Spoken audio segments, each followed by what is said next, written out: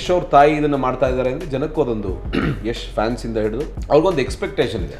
ನೋಡೋಣ ಯಾವ ತರದ ಆಯ್ಕೆ ಮಾಡಿರ್ತಾರೆ ಇವರು. ಒಂದು ಸತಿನಾದ್ರು ಬರ್ತಾರೆ. ಸೊ ಆ ಒಂದ್ ಸತಿ ಬಂದಿದ್ದು ನಿರಾಶೆ ಆಗಲ್ಲ. ಈಗ ಎದುರುಗಡೆ ಇರೋ ಆಕ್ಟರ್ ಅಷ್ಟು ಏನ್ ಹೇಳೋದು, ಅವ್ರು ಇನ್ವಾಲ್ವ್ ಆಗಿ ಜೆನ್ವಿನಿಟಿಯಲ್ಲಿ ಪರ್ಫಾರ್ಮ್ ಮಾಡಿದಾಗ ನಮ್ಮ ಒಳಗಿಂದ ಅದು ಆಟೋಮೆಟಿಕ್ ಬರುತ್ತೆ. ನಾವು ಏನು ಮಾಡ್ಬೇಕಂತ ಇಲ್ಲ, ಆರ್ಗ್ಯಾನಿಕ್ಲಿ ಎಲ್ಲ ವಿಚಾರಗಳು ಬಂದ್ಬಿಡುತ್ತೆ. ಸೊ ನನಗೆ ಅದು ಇಷ್ಟ. ಸೊ ಅದು ಈ ಸಿನಿಮಾದಲ್ಲಿ ಆಗಿದೆ. ನಾವು ಮಾತುಗಳನ್ನ ಆಡುವಾಗ ಪಾತ್ರವಾಗಿ ಆಕ್ಷನ್ ಅಂತ ಹೇಳಿದ ಕೂಡಲೇ ಇಲ್ಲೆಲ್ಲ ಬಾಂಬ್ ಹಾಕ್ತಿದ್ರು ನಮ್ಗೆ ಗೊತ್ತಾಗಲ್ಲ, ಅಥವಾ ಅಲ್ಲಿ ಏನಾಗ್ತಿದ್ರು ಗೊತ್ತಾಗಲ್ಲ. Will be totally isolated from ಬೇರೆ ಏನು ಜ್ಞಾಪಕ ಇರೋದು ನಮಗೆ. ಆ ಒಂದು ಸಣ್ಣ ಹಳ್ಳಿನಲ್ಲಿ ನಡೆಯೋ ಒಂದು ಘಟನೆ ಪ್ರಾಯಶಃ ಇಡೀ ದೇಶದಲ್ಲಿ ನಡೀತಿದೆ. ಅದು ಬೇರೆ ಬೇರೆ ಸ್ತರದಲ್ಲಿ ನಡೀತಿದೆ. ಇದರ ಮೂಲ ಎಲ್ಲಿ ಅಂತ ಗೊತ್ತಾಗುತ್ತೆ. ಇದನ್ನು ಸರಿ ಮಾಡಿದ್ರೆ ಪ್ರಾಯಶಃ ಸುಮಾರು ವ್ಯವಸ್ಥೆ ಸರಿ ಹೋಗ್ಬೋದು ಅಂತ ಅನ್ಸುತ್ತೆ. ಆ ಕಾರಣಕ್ಕೆ ಹೊಸ್ತು ಅಂತ ಅನ್ಸುತ್ತೆ. ಒಂದು ಪಾತ್ರವನ್ನು ಗಂಭೀರವಾಗಿ ಮೈ ಮೇಲೆ ಎಳ್ಕೊಳ್ಳುವ, ಮನಸ್ಸಿಗೆ ತೆಗೆದುಕೊಳ್ಳುವ, ಅದನ್ನು ಇಡೀಯದಾಗಿ ಮುರಿದು ಹೊಸತಾಗಿ ಕಟ್ಟುವ ಪ್ರಕ್ರಿಯೆ ಇದೆಯಲ್ಲ, ಆ ಹೊತ್ತಿನಲ್ಲಿ ಒಬ್ಬ ಕಲಾವಿದನ ಒಳಗಿನ ತಳಮಳಗಳಿವೆ.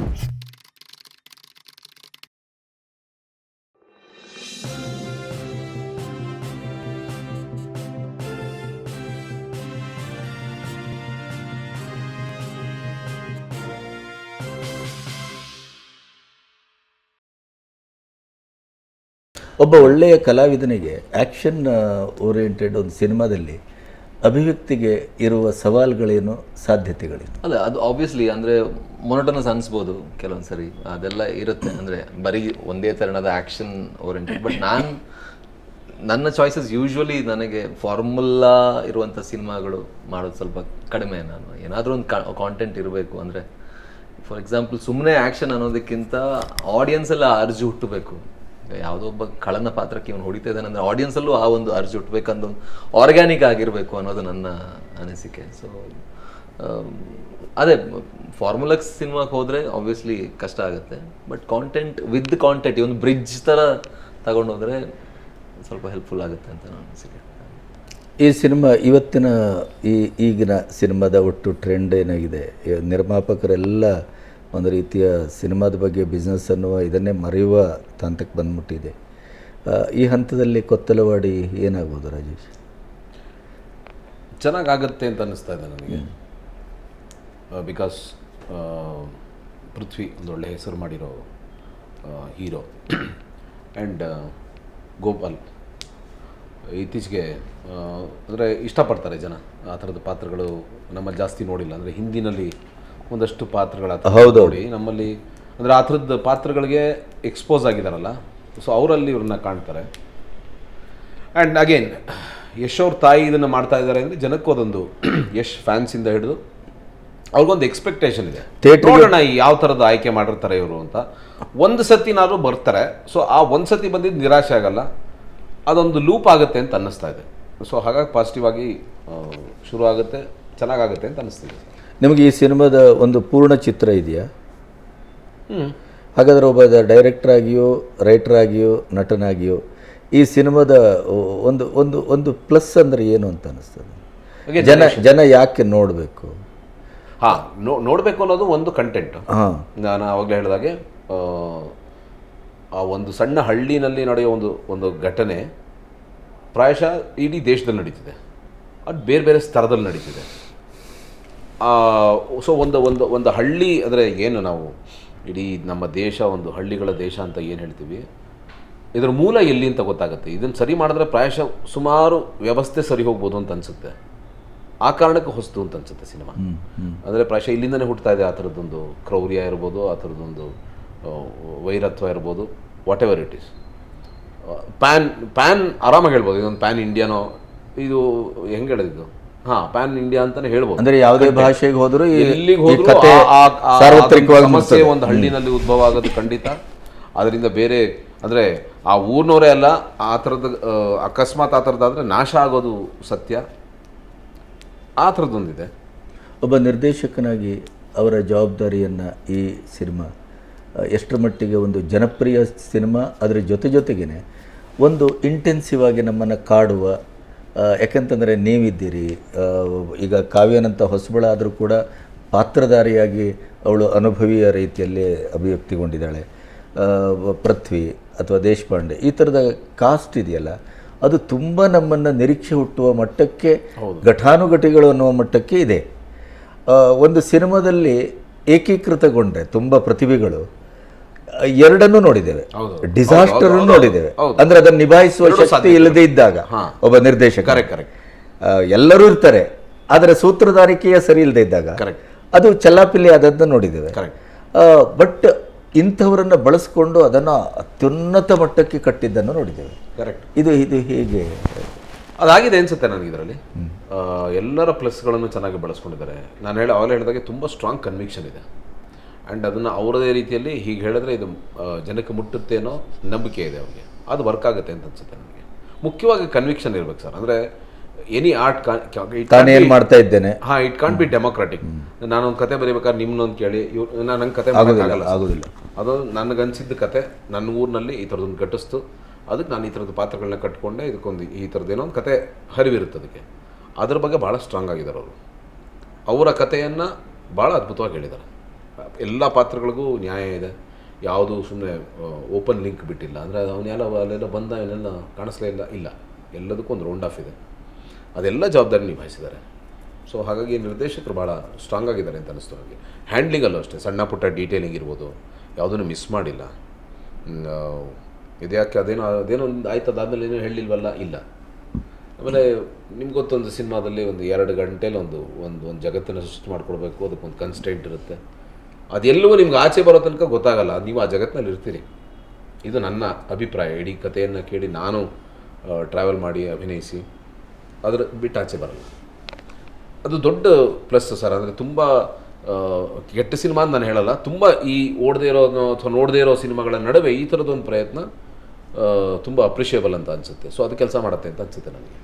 ಪೃಥ್ವಿ, ಈ ಸಿನಿಮಾದಲ್ಲಿ ನಿಮ್ಮನ್ನು ನಾವು ವಿಶೇಷವಾಗಿ ಎಲ್ಲೆಲ್ಲಿ ಹೇಗೆ ನೋಡ್ಬೋದು, ಅಥವಾ ಇಲ್ಲಿವರೆಗೆ ನೀವು ಮಾಡಿದ ಪಾತ್ರಗಳಲ್ಲಿಯೇ ಹೆಚ್ಚು ಇಂಟೆನ್ಸಿವ್ ಆದದ್ದು ಅಥವಾ ಬೇರೆ ರೀತಿಯ ಒಬ್ಬ ಪೃಥ್ವಿಯನ್ನು ನೋಡುವ ಸಾಧ್ಯತೆಗಳು ಇವೆಲ್ಲ ಇದೆಯಾ? ನಾನು ಯೂಶಲಿ ಸೆಲೆಕ್ಟ್ ಮಾಡಿದಾಗ ಒಂದಷ್ಟು, ಈಗ ನಾನು ಪ್ರೀವಿಯಸ್ ಸಿನಿಮಾ ನೀವು ನೋಡಿದ್ರೆ ಬೋನಮ್ಗಾಗ ನಮ್ಮ ಅದರಲ್ಲಿರುವಂಥ ಪಾತ್ರ ಮತ್ತು ಈ ಪಾತ್ರಕ್ಕೆ ತುಂಬ ದೊಡ್ಡ ಹೌದು. ಆ್ಯಂಡ್ ಇದರಲ್ಲಿ ಭಾಷೆ ನಾವು ಯೂಸ್ ಮಾಡಿರೋದು ಮಂಡ್ಯ ಶೈಲಿಯ ಆಕ್ಸೆಂಟ್ ಯೂಸ್ ಮಾಡಿರೋದು. ಸೊ ನನಗದು ಹೊಸತೆ, ನಾನು ಮಾಡೇ ಇಲ್ಲ. ನನಗೆ ಮೊದಲಿಂದ ಇತ್ತು ಈ ಥರದ್ದೊಂದು ಟ್ರೈ ಮಾಡಬೇಕು. ನಾವು ಮಂಗಳೂರು ಕಡೆಯಿಂದ ಬಂದಿರೋದ್ರಿಂದ ನಮ್ಮ ಭಾಷೆಯ ಒಂದು ಶೈಲಿಯೇ ಬೇರೆ ಇರುತ್ತೆ. ಆ್ಯಂಡ್ ಈ ಭಾಷೆ ನಾನು ಯಾವತ್ತೂ ಟ್ರೈ ಮಾಡಿರಲಿಲ್ಲ. ಸೊ ಅದೊಂದು ತುಂಬ ಚಾಲೆಂಜಿಂಗ್ ಅನಿಸಿತ್ತು. ಬಟ್ ನನಗೆ ಸುತ್ತ ಇದ್ದಂಥ ಎಲ್ಲರೂ ಕೂಡ ಭಾಳ ಹೆಲ್ಪ್ ಮಾಡಿದ್ದಾರೆ. ಆ್ಯಂಡ್ ಈಗೆಲ್ಲೂ ಕೂಡ ಸಿನಿಮಾ ನೋಡಿದಾಗ, ಟೆಕ್ನಿಕಲ್ ಶೋ ನೋಡಿದಾಗ ಕೂಡ ಅದೆಲ್ಲೂ ಆಭಾಸ ಅನಿಸಿಲ್ಲ, ಅಂದರೆ ಸರಿ ಇಲ್ಲ ಅಂತ ಅನಿಸಿಲ್ಲ. 100% ಅಂತೂ ಬರೋಕ್ಕೆ ಸಾಧ್ಯನೇ ಇಲ್ಲ. ಬಿಕಾಸ್ ನಾನು ಆ ಭಾಗದವನು ಅಲ್ಲ ಆಗಿರೋದ್ರಿಂದ 100% ಆ ನೈಜತೆ ಬರೋದು ಕಷ್ಟ.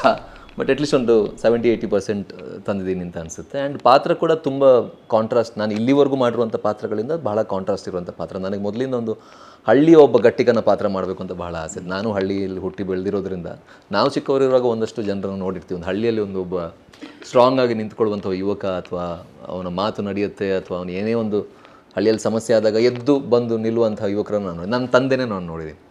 ಸೊ ಆ ಥರದೊಂದು ಪಾತ್ರವನ್ನು ಮಾಡಬೇಕು ಅಂತ ಭಾಳ ಆಸೆ ಇತ್ತು. ಸೊ ಅದು ಈ ಚಿತ್ರದಲ್ಲಿ ಈಡೇರಿದೆ. ಅದು ಆ್ಯಂಡ್ ಗಿವ್ ಆ್ಯಂಡ್ ಟೇಕ್ ಇದೆಯಲ್ಲ, ದೇಶಪಾಂಡೆ ಸರ್ ಮಧ್ಯೆ ಮತ್ತು ಸರ್ ಪಾತ್ರ ಇವರಿಬ್ಬರದ್ದು ಏನನ್ನ, ಅದು ಎಷ್ಟು ನಿಮಗೆ ತಾಪತ್ರಯ ಆಯ್ತಾ ಅಥವಾ ಪ್ಲಸ್ ಆಯ್ತಾ?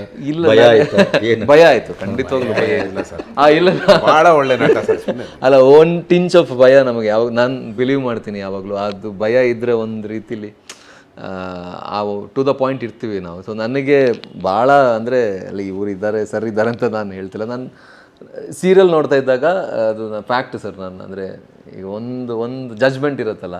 ಸೊ ಇವರೊಂದು ಸೂಪರ್ ರಿಯಲಿಸ್ಟಿಕ್ ಆ್ಯಕ್ಟರ್ ಅಲ್ಲ, ಅಂದರೆ ಇರೋ ಆ್ಯಕ್ಟರ್ಸ್ಗಳಲ್ಲಿ ತೀರಾ ರಿಯಲಿಸ್ಟಿಕ್ ಆ್ಯಕ್ಟ್ ಮಾಡ್ತಾರಲ್ಲ, ಮಾಡ್ತಾರೆ ಅಂತ ಅನ್ಸೋದಿಲ್ಲ. ಎಲ್ಲೋ ಅಪರೂಪಕ್ಕೆ ನಮಗೆ ಈ ಥರ ಕೆಲವರು ಇದ್ದಾರೆ ಇಲ್ಲಿ. ಹೌದು. ಸೊ ನಾನು basically dancer sir. So Prabhudeva master ಮತ್ತು ಅಪ್ಪು ಸರ್ ಅಥವಾ ಮೈಕಲ್ ಜಾಕ್ಸನ್, ಗಣೇಶ್ ಹೆಗ್ಡೆ, ಈ ಥರ ಡ್ಯಾನ್ಸರ್ಸ್ಗಳಿದ್ದಾರೆ. ಸೊ ಅವ್ರನ್ನ ನೋಡಿದಾಗ ಬೇರೆಯವ್ರು ಡ್ಯಾನ್ಸ್ ಮಾಡೋದಾಗ ಅವ್ರು ಡ್ಯಾನ್ಸ್ ಮಾಡೋದಕ್ಕೆ ಒಂದು ತುಂಬ ಡಿಫರೆನ್ಸ್ ಇದೆ. ಸೊ ಆ ನಿಟ್ಟಿನಲ್ಲಿ ನಾನು ಹೇಳಿದ್ದು, ರಾಜೇಶ್ ಸರ್ ಆಗಿರಲಿ, ದೇಶಪಾಂಡೆ ಸರ್ ಆಗಿರಲಿ, ಅವರ ಅಭಿನಯಕ್ಕಿರುವಂಥ ಅಪ್ರೋಚ್ ಅದು ಬೇರೆ ಲೆವೆಲ್ಗೆ ನಿಲ್ಲುತ್ತೆ. ಸೊ ಅವ್ರಿಗಿರುವಂಥ ರೆಸ್ಪೆಕ್ಟ್ ಫ್ರಮ್ ಹಾರ್ಟ್ ಅದು ಬೇರೆನೇ ಇದೆ. ಸೊ ಅವ್ರ ಜೊತೆ ಸ್ಕ್ರೀನ್ ಶೇರ್ ಮಾಡಿದಾಗ ಒಂದು ಬೇರೆನೇ ಒಂದು ಅನುಭವ, ತೀರಾ ಒಂದು ದೊಡ್ಡ ಎಕ್ಸೈಟ್ಮೆಂಟ್, ಖುಷಿ ಆಗುತ್ತೆ ಒಂಥರ. ಏನು ಮಾಡ್ತೀನಿ, ಈಗೇನು ಮಾಡ್ತೀನಿ, ಇವ್ರು ಏನು ಮಾಡ್ತಾರೆ, ಆ ಒಂದು ಇದಿರುತ್ತಲ್ಲ, ಅದು ಬೇರೆ ರೀತಿಯ ಖುಷಿ ಕೊಡುತ್ತೆ. ಸೊ ಆ ವಿಚಾರದಲ್ಲಿ ಈ ಸಿನಿಮಾ ನನಗೆ ತುಂಬ ಎಕ್ಸೈಟಿಂಗ್. ಯಾವತ್ತೂ ನೆನಪಿರುವಂಥ ಖಂಡಿತವಾಗ್ಲು ಆ ಸೀನ್ಸ್ಗಳು. ಸರ್ ಜೊತೆ ನಾನು ಒಂದು ಸೀನ್ ಮಾಡಿದೆ ಬ್ರಿಡ್ಜಲ್ಲಿ, ಅದೆಲ್ಲ ಒಂಥರ ಸೀಟೆ ಓದಿದ್ರೆ ಕೂತ್ಕೊಂಡ್ರೆ ಉಂಟು, ಇಲ್ಲ ಅಂದ್ರೆ ಇಲ್ಲ. ನಾವು ಬದುಕಕ್ಕೆ ಹರಿಯೋ ನೀರನ್ನು ತಡಿತೀವಿ, ಉಸಿರಾಡೋ ಗಾಳಿನೂ ತಡಿತೀವಿ. ಒಂದು ಖುಷಿ ಕೊಡುತ್ತೆ, ಒಂದು ಎಕ್ಸೈಟ್ಮೆಂಟ್ ಇರುತ್ತೆ. ಆಸ್ ಅನ್ ಆಕ್ಟರ್ ನಮಗೆ ಸುಮ್ಮನೆ ಒಂದು ಸೀನ್ ಮಾಡೋದಕ್ಕೂ ಈ ತರ ಒಬ್ಬ ಆಕ್ಟರ್ ಇದ್ದಾಗ ಅವ್ರ ಜೊತೆ ಒಂದು ಹೇಗಿತ್ತು? ತುಂಬಾ ಚೆನ್ನಾಗಿದೆ. ನಾನು ಐ ರಿಯಲಿ ಎಂಜಾಯ್ ಇಟ್. ಅಂದ್ರೆ ಎಲ್ಲ ಸೀನ್ಸು, ಪ್ರತಿಯೊಂದು ಸೀನ್ಸು. ಇನ್ನೊಂದು ಯಾವುದೋ ಒಂದು ಪ್ಯಾಥೋ ಟೈಪಲ್ಲಿ ಬಂದಾಗ ಅವರು ನನಗೊಂದು ಹೇಳುವಂಥ ಮಾತುಗಳಿದೆ. ಅದಕ್ಕೆ ನಾನು ಏನು ಮಾತಾಡಿಲ್ಲ, ನಾನು ಬರೀ ರಿಯಾಕ್ಟ್ ಅಂದರೆ ಅಷ್ಟು ಜೆನ್ವಿನ್ ಆಗಿ ನನ್ನ ಒಳಗಿಂದ ಅದು ಗಿವ್ ಅಂಡ್ ಟೇಕ್ ಅಲ್ಲ. ಈಗ ಎದುರುಗಡೆ ಇರೋ ಆ್ಯಕ್ಟರ್ ಅಷ್ಟು ಏನು ಹೇಳೋದು, ಅವರು ಇನ್ವಾಲ್ವ್ ಆಗಿ ಜೆನ್ವಿನಿಟಿಯಲ್ಲಿ ಪರ್ಫಾರ್ಮ್ ಮಾಡಿದಾಗ ನಮ್ಮ ಒಳಗಿಂದ ಅದು ಆಟೋಮೆಟಿಕ್ ಬರುತ್ತೆ. ನಾವು ಏನು ಮಾಡಬೇಕಂತ ಇಲ್ಲ, ಆರ್ಗ್ಯಾನಿಕ್ಲಿ ಎಲ್ಲ ವಿಚಾರಗಳು ಬಂದ್ಬಿಡುತ್ತೆ. ಸೊ ನನಗೆ ಅದು ಇಷ್ಟ. ಸೊ ಅದು ಈ ಸಿನಿಮಾದಲ್ಲಿ ಆಗಿದೆ. ನನಗೆ ಇತ್ತೀಚೆಗೆ ರಾಜೇಶ್ ನೋಡಿದ್ದು, ನಾನು ಸೀರಿಯಲ್ ಹೆಚ್ಚು ನೋಡೋದಿಲ್ಲ. ಈ ಸಿನಿಮಾ ಅಂದರೆ ಆ ಹುಡುಗಿ ಒಂದು ಪರೀಕ್ಷೆ ಬರೆಯುವ ಹುಡುಗಿ ಮೇಲೆ ಒಂದು ಸಿನಿಮಾ ಬಂತು ನನಗೆ. ನನಗೆ ನಿಮ್ಮ ಪಾತ್ರ ಮರೆಯಲಿಕ್ಕೆ ಆಗ್ತಾ ಇಲ್ಲ. ಅದು ಅಂದರೆ ಬಹಳ ಆಳಕ್ಕೆ ಇಳುವ, ಬಹಳ ಒಬ್ಬ ಅದು ಹೇಗೆ ಸಾಧ್ಯ ಆಗುತ್ತೆ ನಿಮಗೆ? ಗೊತ್ತಿಲ್ಲ ಸರ್. ನಾನು ಆ್ಯಕ್ಚುಲಿ ಅವ್ರು ಯಾರು ಅಂತ ಗೊತ್ತಿದೆ ಅನ್ಸುತ್ತೆ ವ್ಯಕ್ತಿ. ಹೌದೌದು, ಗೊತ್ತಲ್ಲ. ಗೊತ್ತಿದೆ. ಸೊ ನಾನು ಅವ್ರನ್ನ ಸಿನಿಮಾ ಮಾಡೋಕೆ ಡೈರೆಕ್ಟ್ರಿಗೆ ಕೇಳಿದೆ, ಅವ್ರೊಂದ್ಸತಿ ನಾನು ನೋಡಬೇಕು, ಅವ್ರ ಕ್ಲಾಸಲ್ಲಿ ಕೂತ್ಕೋಬೇಕು, ಅವ್ರು ಏನು ಪಾಠ ಮಾಡ್ತಾರೆ ನಾನು ಅನುಕರಣೆ ಮಾಡಬೇಕಂತ. ಏನು ಅವೆಲ್ಲ ಏನು ಬೇಡ ಸರ್, ಸುಮ್ಮನೆ ಆದರೂ ಅವ್ರೆ ಗೊತ್ತಿಲ್ಲ, ಹೇಗೆ ಮೀಟ್ ಮಾಡಿಸ್ಬೇಕು ಮಾಡಿಸ್ಬಾರ್ದು ಅನ್ನೋದು ಅವ್ರ ಮನಸ್ಸಲ್ಲಿತ್ತು ಅನ್ನೋ ಗೊತ್ತಿಲ್ಲ. ಸುಮ್ಮನೆ ಪಾತ್ರ ಹೇಳಿದ್ರು ಅಷ್ಟೇ. ಸೊ ನಾನು ಸಿನಿಮಾ ಹಿಂಗಿದ್ರೆ ಚೆನ್ನಾಗಿರುತ್ತೆ ಅಂತ ನಂದೊಂದಷ್ಟು ಹೇಳಿದೆ ವಿಷಯಗಳನ್ನ, ಅಷ್ಟೇ ಆಗಿದ್ದು ಮಾತುಕತೆ ಎಲ್ಲ. ಅದರ್ವೈಸ್ ಪೂರ್ತಿ ನನಗೆ ನನ್ನ ಇದಕ್ಕೆ ಬಿಟ್ಟಿದ್ದು ಅಷ್ಟೇ. ಹಿಂಗೆ ಮಾಡಬೇಕು ಅಂತ ಅನ್ನಿಸ್ತು, ಹಂಗೆ ಮಾಡಿದೆ ಅಷ್ಟೇ ಸರ್. ಅದರ್ವೈಸ್ ಪ್ರಾಯಶಃ ಅವ್ರನ್ನ ನೋಡಿದ್ರೆ ನಾವು ಅವ್ರನ್ನ ಕಾಪಿ ಮಾಡಿರ್ತಿದ್ದ ಏನೋ. ಹೌದೌದು, ನೋಡದಿದ್ದದ್ದೇ ಒಳ್ಳೇದಾಯ್ತು. ಗೊತ್ತಿಲ್ಲ ನನಗೆ, ಅದು ನೋಡಿದವ್ರು ಹೇಳಬೇಕು. ಅದು ಜೆನ್ಯನ್ ಅಂತ ಅನ್ನಿಸ್ತು ನೋಡಿದವ್ರಿಗೆ. ಓಕೆ, ಬಟ್ ಅವ್ರ ಹಂಗೆ ರಿಯಲ್ ಲೈಫಲ್ಲಿ ಹಂಗಿಲ್ಲ ಅವರು. ನಾನು ಬೇರೆ ಥರನೇ ಪೋರ್ಟ್ರೇ ಮಾಡಿದ್ದೀನಿ ಆ ಕ್ಯಾರೆಕ್ಟರ್. ಒಂದು ಪಾತ್ರವನ್ನು ಗಂಭೀರವಾಗಿ ಮೈ ಮೇಲೆ ಎಳ್ಕೊಳ್ಳುವ, ಮನಸ್ಸಿಗೆ ತೆಗೆದುಕೊಳ್ಳುವ, ಅದನ್ನು ಇಡೀಯದಾಗಿ ಮುರಿದು ಹೊಸತಾಗಿ ಕಟ್ಟುವ ಪ್ರಕ್ರಿಯೆ ಇದೆಯಲ್ಲ, ಆ ಹೊತ್ತಿನಲ್ಲಿ ಒಬ್ಬ ಕಲಾವಿದನ ಒಳಗಿನ ತಳಮಳಗಳೇನು? ಅಯ್ಯೋ, ತುಂಬ ಇರುತ್ತೆ ಸರ್. ಅಲ್ಲ, ನೀವು ತುಂಬ ಇನ್ವಾಲ್ವ್ ಆಗಿದ್ರು ಸರಿ, ಆಗಿಲ್ಲದೆ ಇದ್ರು ಸರಿ, ಒಂದು ಗಮನಿಸಿರ್ತಾರೆ ಎಲ್ಲ ನಟರು ಕೂಡ. ನಾವು ಮಾತುಗಳನ್ನು ಆಡುವಾಗ ಪಾತ್ರವಾಗಿ ಅಥವಾ ಆ್ಯಕ್ಷನ್ ಅಂತ ಹೇಳಿದ ಕೂಡಲೇ ಇಲ್ಲೆಲ್ಲ ಬಾಂಬ್ ಹಾಕ್ತಿದ್ರು ನಮ್ಗೆ ಗೊತ್ತಾಗಲ್ಲ, ಅಥವಾ ಅಲ್ಲಿ ಏನಾಗ್ತಿದ್ರು ಗೊತ್ತಾಗಲ್ಲ. Will be totally isolated from it. ಬೇರೆ ಏನು ಜ್ಞಾಪಕ ಇರೋಲ್ಲ ನಮಗೆ. ಪ್ರಾಯಶಃ ಕ್ಯಾಮ್ರಾಮನ್ ಹೇಳಿದ್ದು, ಇಲ್ಲಿಂದ ಲೈಟ್ ಕಟ್ ಆಗ್ತಿದೆ, ಲೈಟ್ ಇಲ್ಲಿಂದ ಹೊರಗಡೆ ಹೋಗ್ಬೇಡಿ, ಇದು ನಿಮ್ಮ ಮಾರ್ಕು, ಪ್ರಾಯಶಃ ಇದಿಷ್ಟೇ ಇರ್ತವೆ ಮನಸ್ಸಿನಲ್ಲಿ. ಸೊ ತಳಮಳಗಳು ಯಾವ ರೀತಿ ಅಂದರೆ, ನಮಗೆ ಈ ಥಿಯೇಟ್ರಲ್ಲಿ ಸಂಕೇತಗೊಂದು ನಾಟಕ ಮಾಡಿದ್ವಿ, ನನ್ನ ತಂಗಿಗೊಂದು ಗಂಡು ಕೊಡಿ ಅಂತ. ಅರುಂಧತಿನಾಗಿದ್ದರು, ನಾನು, ಶರತ್, ಲೋಹಿತ, ಅಶ್ವ ಎಲ್ಲ. ಅವಾಗ ಅದೇ ಹೇಳಿದ್ರು, ಇನ್ನೇನು ಎಂಟ್ರಾಗಬೇಕು ಪರ್ಫಾರ್ಮೆನ್ಸ್ಗೆ, ಒಂದು ಬೆಲ್ ಹೊಡಿತು, ಪಕ್ಕದಲ್ಲೇ ಕೂತಿದ್ರು ಅರುಂಧತಿನಾಗಿ. ಈಗ ಹೊಟ್ಟೆಲ್ಲ ಒಂಥರ ಆಗ್ತಿರ್ಬೇಕಲ್ವಾ ಮೇಡಮ್ ಅಂದರು. ಎರಡನೇ ಬೆಲ್ ಆಯಿತು.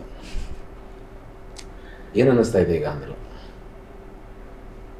ಹೆಂಗೆ ಹೇಳ್ಬೇಕು ಗೊತ್ತಾಗಲಿಲ್ಲ. ಯಾಕಾರೋ ಒಪ್ಕೊಂಡಪ್ಪ, ಸುಮ್ಮನೆ ಆರಾಮಾಗಿದ್ದ ಲೈಫಲ್ಲಿ ಏನಕ್ಕೆ ನಾಟಕ ಮಾಡಬೇಕಾಗಿತ್ತು ಅಂತ ಅನ್ನಿಸ್ತಾ ಇದೆ ಅಲ್ವಾ ಅಂದ್ರೆ. ಹ್ಞೂ ಅಂದೆ.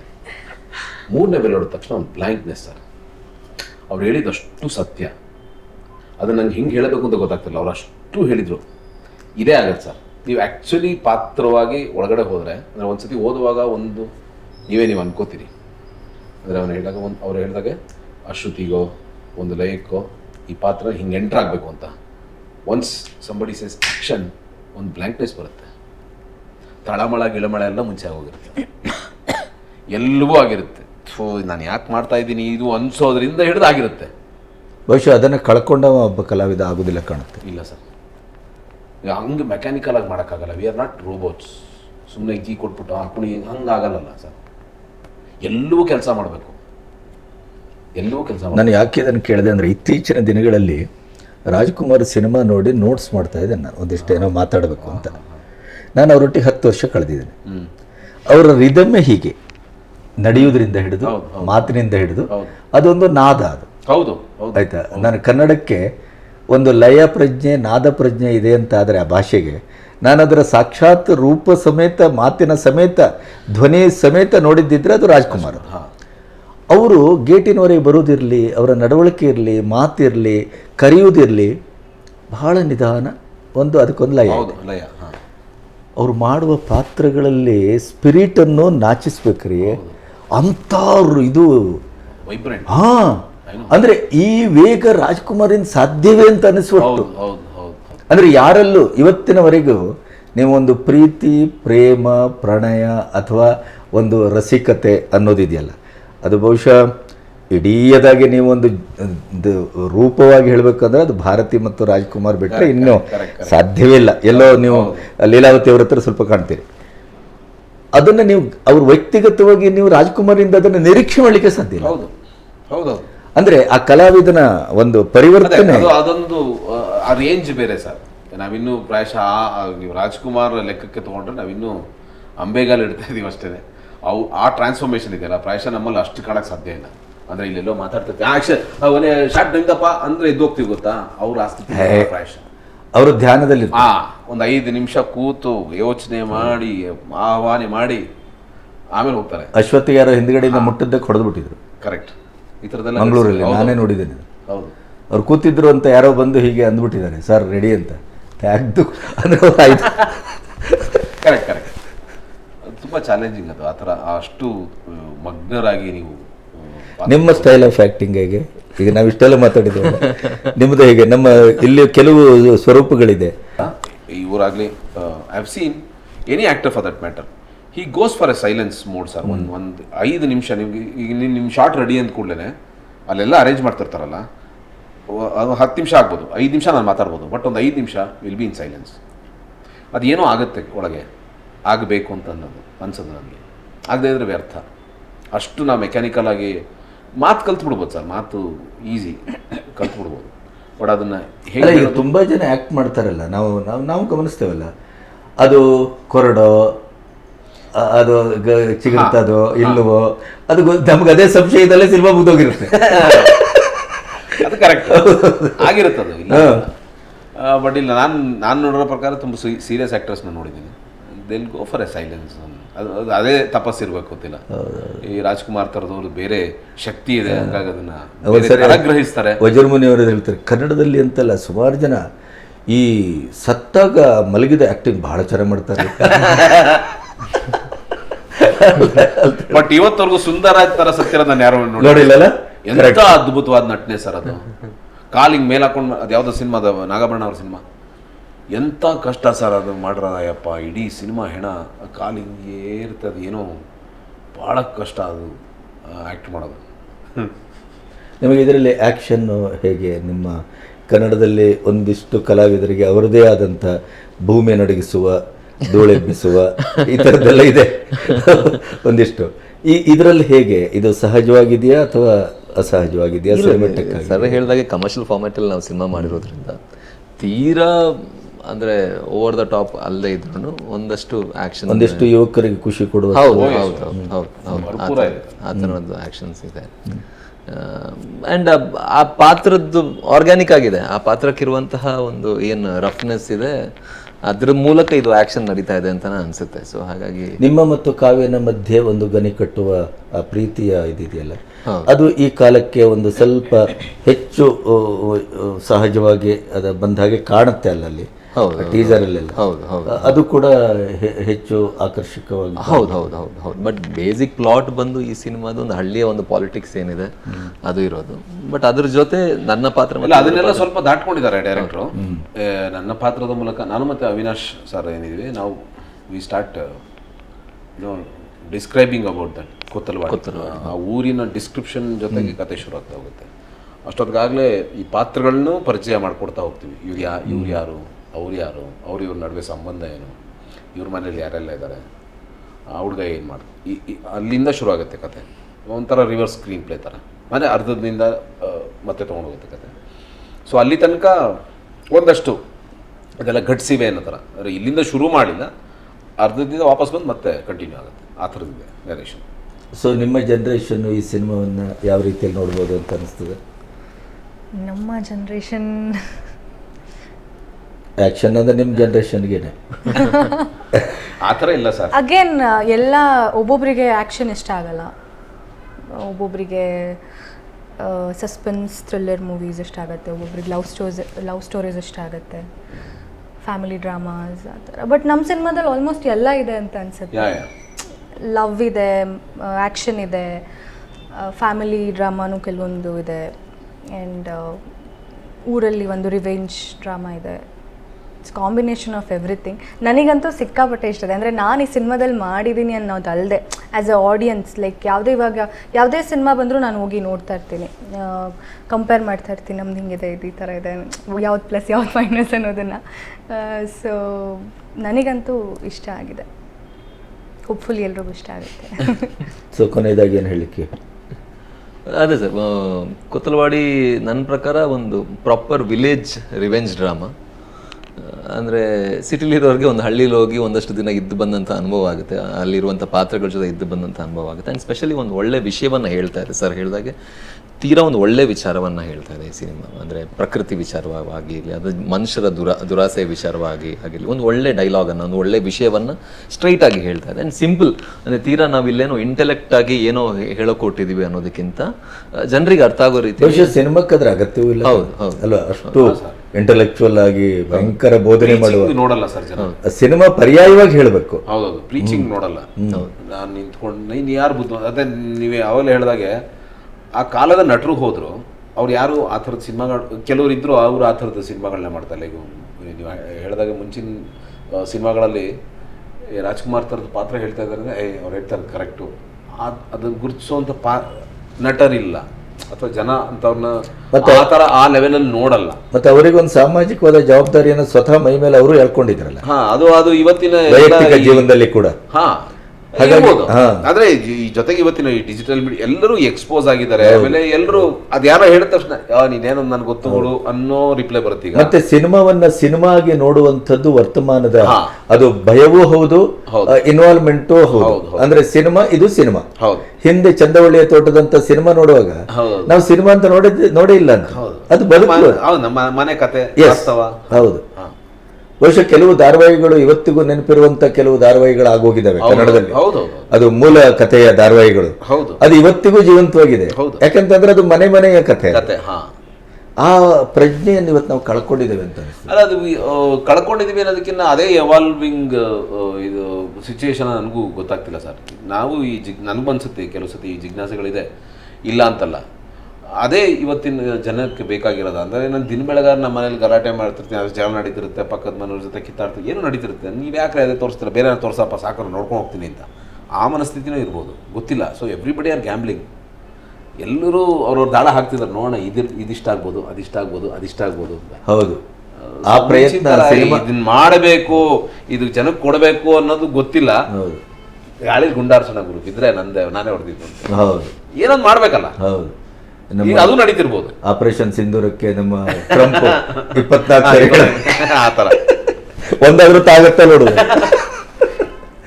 So wish all the best, ಒಳ್ಳೇದಾಗಲಿ. ಥ್ಯಾಂಕ್ ಯು, ಖುಷಿ ಆಯ್ತು. Thank you. Thank you.